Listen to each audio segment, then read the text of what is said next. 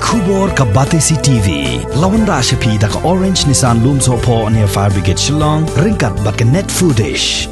Ordar mapi. Minwan ra mangi hakerdog ying jongpi.